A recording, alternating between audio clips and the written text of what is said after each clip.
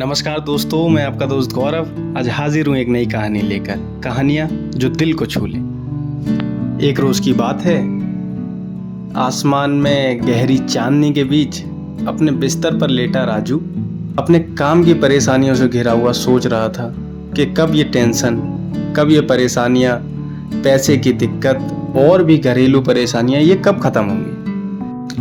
काश अलादीन की तरह मुझे भी कोई जादुई चिराग मिल जाए, उसे घिसूं और जिन से अपनी सारी इच्छा पूरी करा लूं।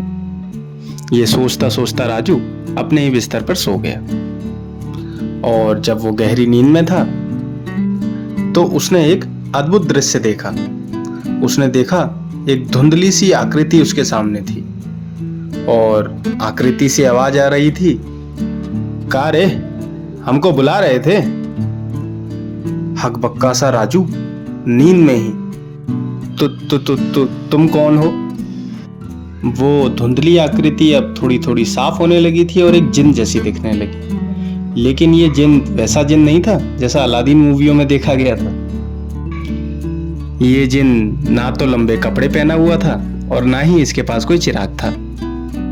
सूट बूट पहना हुआ ये जिन, जिसके हाथ में एक किताब थी और उसका चश्मा आधी नाक पर था।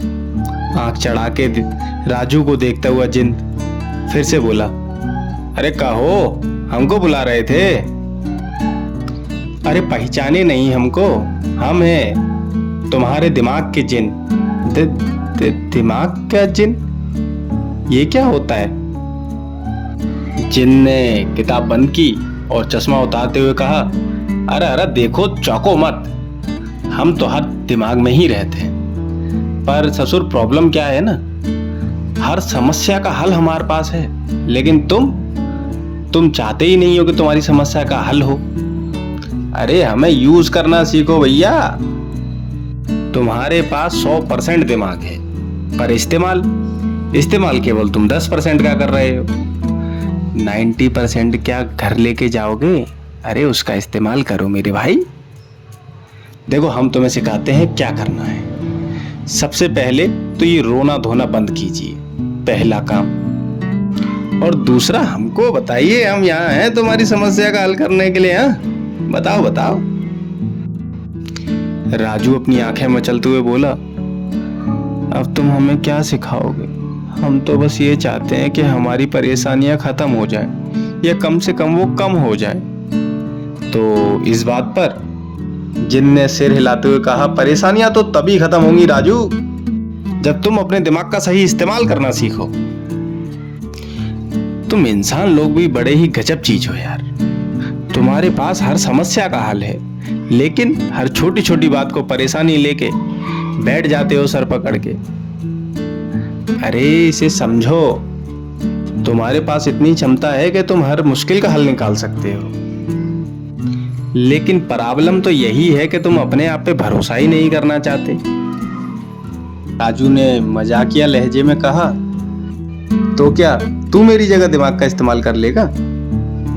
जिन ने गंभीर आवाज में कहा, देखो राजू बाबू, मैं तुम्हारा दिमाग हूं, मैं तुम्हें दिशा दिखा सकता हूं, लेकिन चलना तुम्हें ही पड़ेगा। चलो मैं तुम्हें तुम्हारी असली शक्तियां दिखाता हूं। अचानक से जिन ने अपने हाथों से एक बड़ा सा स्क्रीन प्रकट किया। स्क्रीन पर राजू की जिंदगी की कई तस्वीरें चलने लगी। उसके स्कूल के दिन, कॉलेज की मस्ती, पहला इंटरव्यू और फिर नौकरी की भागदौड़। इन सब के बीच एक चीज साफ दिखाई दे रही थी, राजू कभी भी खुद पर भरोसा नहीं करता था।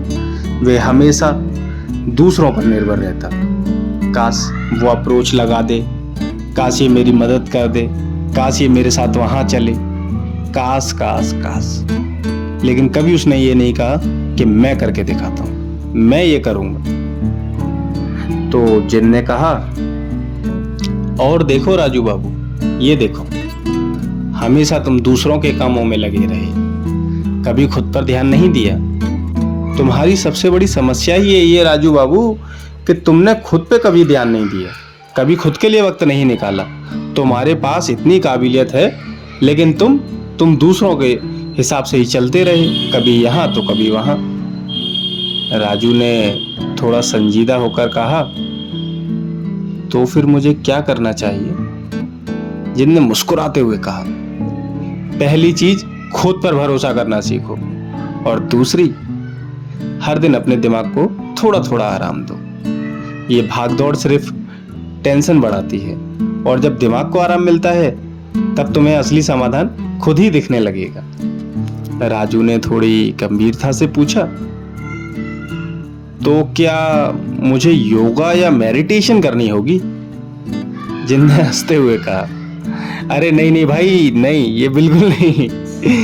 तुम्हारे लिए सबसे अच्छी मेडिटेशन ये है कि तुम 15 मिनट, केवल 15 मिनट बैठो और कुछ मत सोचो, केवल शांत खुद के साथ बैठो। और हाँ, कभी कभी अपने मन की बात भी सुन लिया करो।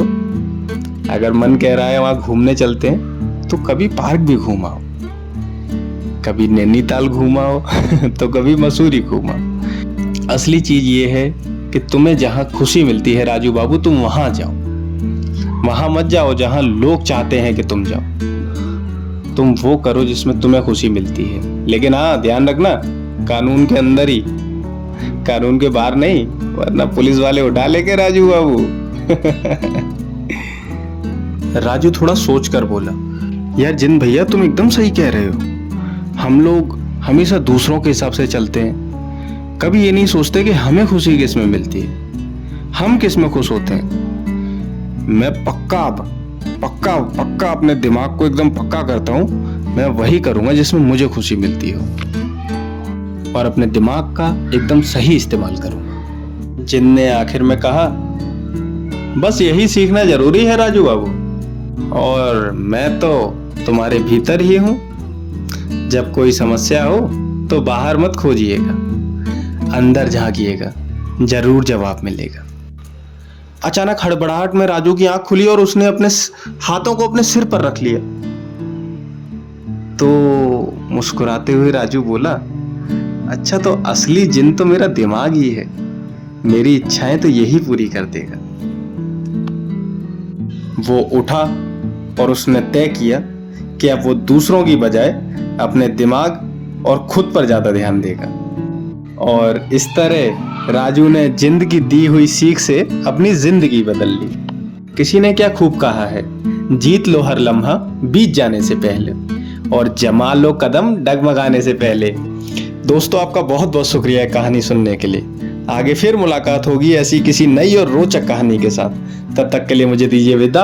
आप सभी का बहुत बहुत धन्यवाद, बहुत बहुत शुक्रिया। Thank you so much.